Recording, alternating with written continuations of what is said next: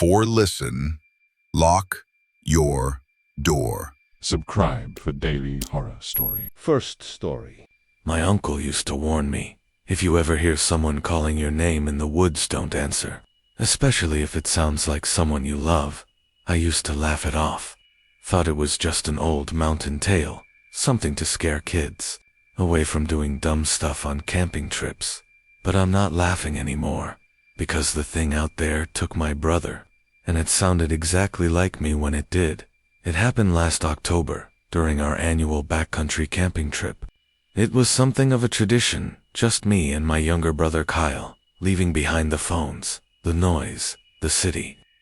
We'd done the same route through the Smokies 3 years straight, but this time, we wanted more isolation, deeper trails, wilder forest, the kind where you forget you're even on Earth.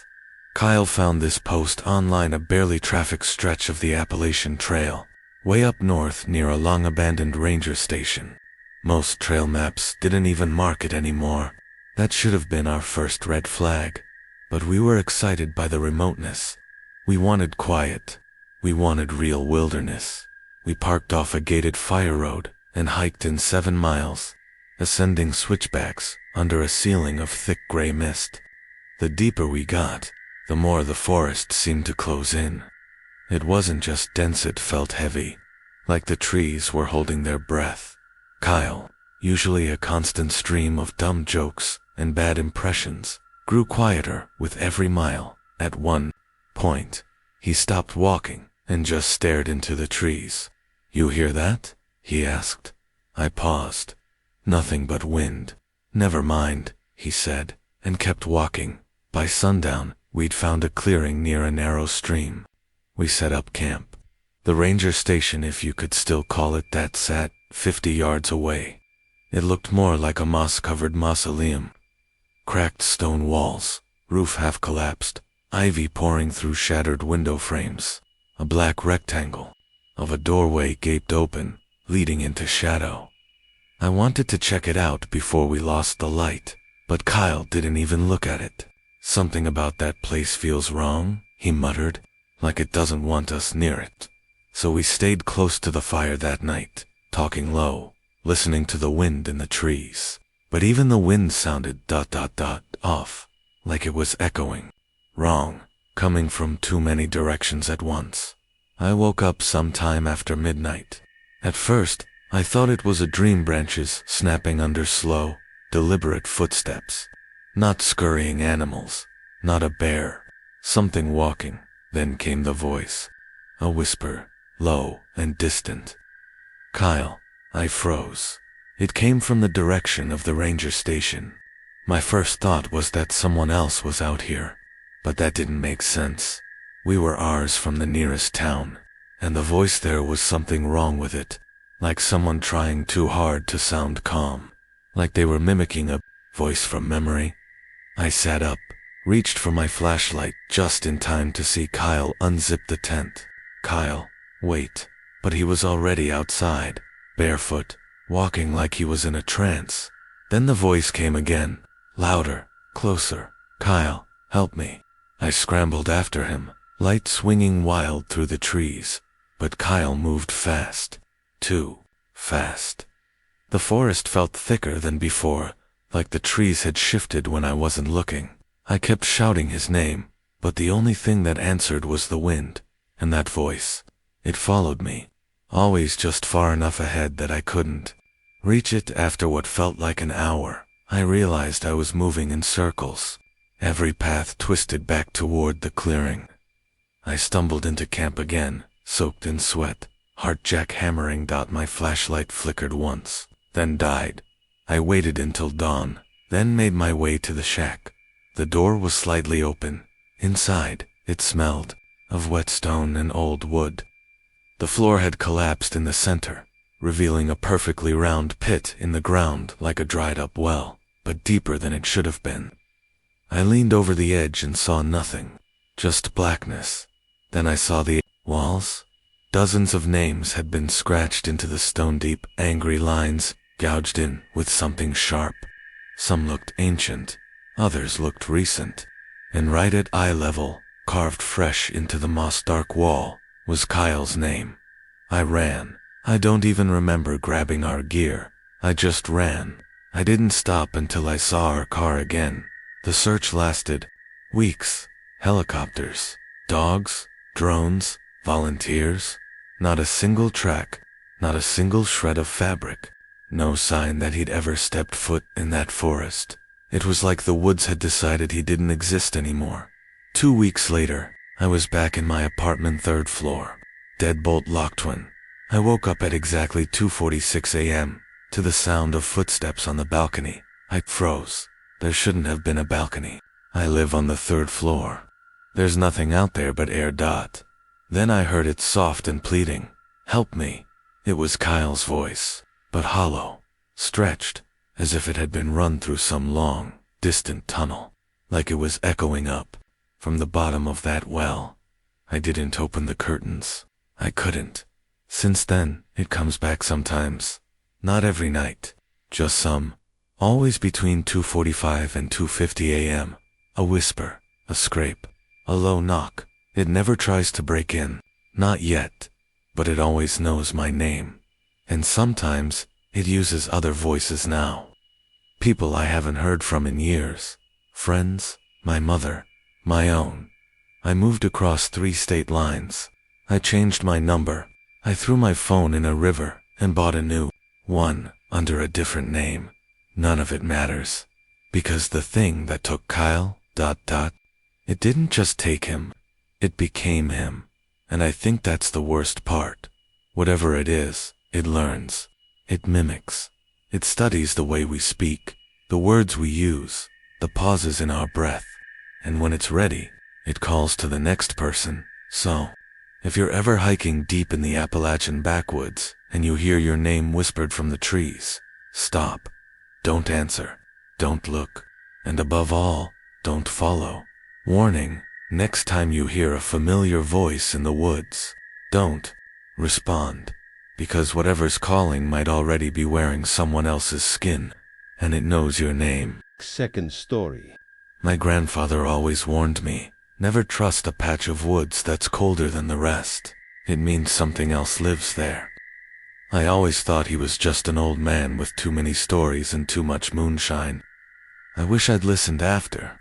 My divorce last year, I rented a small cabin deep in the Monongahela forest, where the logging road stopped showing up on GPS.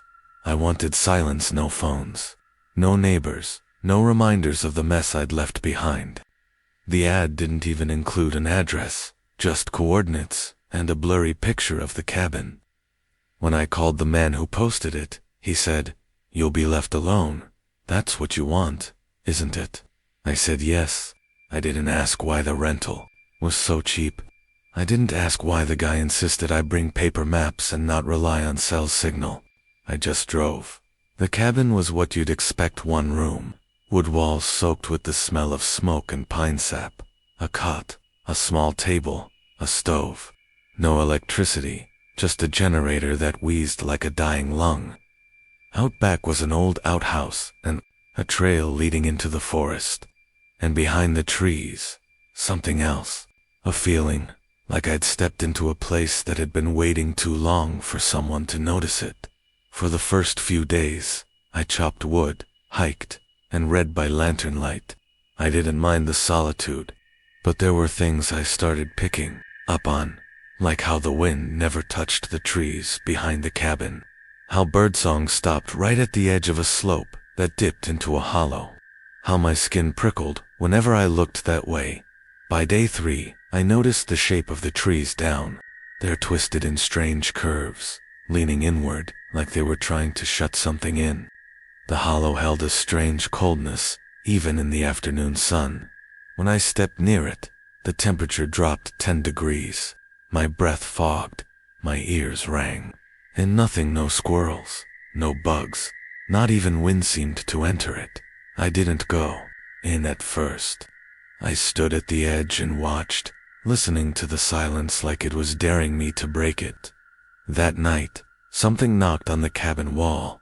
3 knocks, sharp, measured, deliberate. I froze by the stove, every instinct screaming, not to move.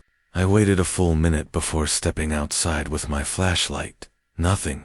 But the next morning, I found the prints. Not boot prints. Not deer. Bare feet. Dozens. Thin, long, sunken deeply into the cold dirt. And they weren't coming toward the cabin. They were coming from the hollow. Still, I stayed. I don't know why. Maybe it was stubbornness. Maybe some part of me felt like I'd finally found a place that mirrored the emptiness inside me. Or maybe something wanted me to stay. On the 5th day, I gave in to curiosity. I hiked down into the hollow. The change was immediate. The air turned, still and heavy, like it had weight. 30 feet in, the trees stopped growing altogether. The clearing was perfectly circular, too perfect. At the center was a ring of dark stones, sunken halfway into the earth, like they'd been there for centuries. Surrounding it were old wooden stakes driven into the ground, some broken, some wrapped in wire and what looked like brittle leather strips or bones. The strangest part, some of them moved just slightly, swaying in a slow rhythm, like something below was breathing. I stood frozen, trying to rationalize what I was seeing. Then I heard my name, not shouted, just spoken, softly, from behind me. I turned fast. No one, just trees, and that impossible silence. I felt something pass by, me like air being displaced. I ran. That night, the knocks came again. 3, against the back wall. I didn't answer. I locked every door and window, shoved the dresser in front of the entrance, and kept the axe in my lap. But around 1 a.m., I heard footsteps on the porch. Slow, heavy. Then the knock again, 3 times. Then a voice. Inches from the wall. Cold, isn't it? It was my voice. I stopped breathing. My hands went numb. Then came another knock from inside the cabin, on the opposite wall. Behind me. I didn't sleep. I didn't move until daylight broke through. The window. I grabbed my gear, threw it in the truck, and peeled out down the muddy road without even checking the rearview mirror. But something made me look, just once. I saw a figure, barefoot, wearing a gray hoodie, standing where the trail met the hollow. But he wasn't walking. He was gliding, just above the ground, his head tilted sideways, like he was watching the shape of my fear. I called the old man who'd rented me the place, asked him what that hollow was. He sighed like he'd been expecting the call. That ground's old, he said. Older than the trees. Used to be a place people went to ask for things. But they didn't understand what answered. Why? Me, I asked. Because you went in. That's all it needs. I sold everything. Moved to Florida. No hills, no forests, just flat land and sunlight. But sometimes, at night, I hear it again. The knock. 3 times. Soft. Patient. Last week. Someone slid an envelope under my apartment door. No name. Inside was a photo. It showed the hollow. And at the edge of the stones, barely visible through the tresemme, standing exactly where I swore I'd never go again. I haven't stepped outside since. Warning. Next time you feel a cold patch in the forest, don't keep walking. Some places weren't carved by rivers or wind. They were shaped by things beneath. And if you enter, they won't let you forget. 3rd story. My uncle used to say, if you ever hear breathing in a place where nothing should breathe, leave. I never understood what he meant. Not until last September, when I camped alone in the high woods above Panther Ridge. I'd been planning a solo backpacking trip for months. No phone, no contact with the outside world. Just the whisper of trees, the crunch of my boots on forgotten trails, and the kind of silence you only find far from anything human. That part of the Appalachians is famously remote. No nearby towns, no cell signal, not even game trails.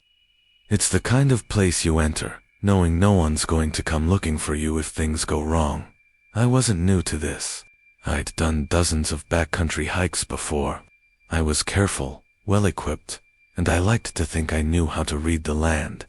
But that ridge, Panther Ridge, had a way of quieting everything, even your instincts.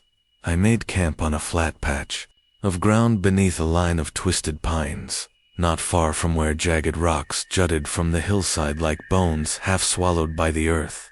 There was no water nearby, no signs of wildlife, not even bird song, just stillness.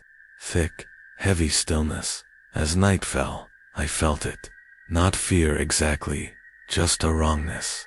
The kind of silence that doesn't settle over the woods like a blanket, but clings to you like a wet shirt. No breeze, no crickets, just ... Absence. Around midnight, I woke up to a sound.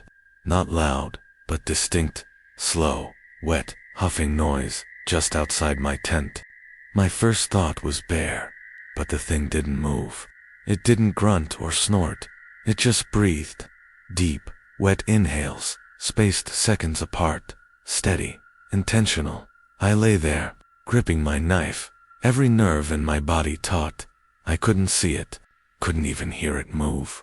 It was just there, breathing, and then it stopped. Not faded away, just stopped, as if someone had turned it off. The silence that followed was worse than the sound itself. It wasn't just quiet. It was dead. Come morning, I checked all around the tent. No prints, no disturbed ground, no broken branches, just the same moss-covered rocks and still trees. I told myself it had been a dream. Maybe the wind through the rocks, maybe a nightmare shaped by isolation. But a part of me didn't believe that. A part of me knew. Still, I stayed, too stubborn to be scared off. Too proud to leave, because of a sound in the dark. The second night, it returned. This time, the breathing was closer, heavier. It circled the tent. I heard something soft dragging through the pine needles, like wet cloth or a body pulled by one arm. It would pause for minutes at a time, then shuffle again, always just outside the thin layer of nylon that separated me from it. At one point it stopped near my head. The breath hit the side of the tent and stayed there, like it was listening, like it was smelling me. I didn't sleep at all. By morning, my nerves were shot. I should have packed up and left, but I couldn't bring myself to retreat. I told myself if I survived one more night, I'd prove it was all in my head. But the third night didn't give me that choice. At around 2 a.m., I heard a voice. Not words, just noises. Low, broken, guttural, like someone trying to mimic human speech without understanding how. It croaked and clicked, rising and falling like a mocking echo. I froze. Then the breathing started again, so close I thought I'd feel condensation through the tent fabric. Then, a sound I still can't forget. Something hard scraping against the side of the tent. Not claws, not a hand. Something like stone being dragged slowly across canvas. It moved from one corner to the other. Deliberate. Testing. That was it. I snapped. I grabbed my headlamp and my pack, unzipped the tent, and ran. I didn't care where, just away. The forest swallowed me as I stumbled through brush and over roots. Heart pounding so hard, it drowned out everything else. 2 miles later, I collapsed near an old wooden trail, marker half buried, waited for sunrise. I left everything behind. The tent, the supplies. Whatever was still out there back home. A week later, I searched local hiking forums, hoping for some rational explanation. One thread mentioned the upper slopes near Panther Ridge, a place old-timers called Stone Lung. They say there's a natural rock formation up there, where the wind whistles like a person exhaling, but not always. Sometimes, they say, it breathes back, and sometimes, it watches. The elders say it mimics you, your gait, your voice, even your breath, learns you, follows you, waits until you're alone, far from help, too tired to run. I don't know what was outside my tent. I don't know what it wanted, but I know this. It wasn't trying to scare me. It was studying me, testing the edges of what I am, and if it's learned me once, it might still remember. Next time you camp alone in the Appalachians, don't pick a place where the trees go silent and the rocks look like they've been listening, because something might still be listening right now.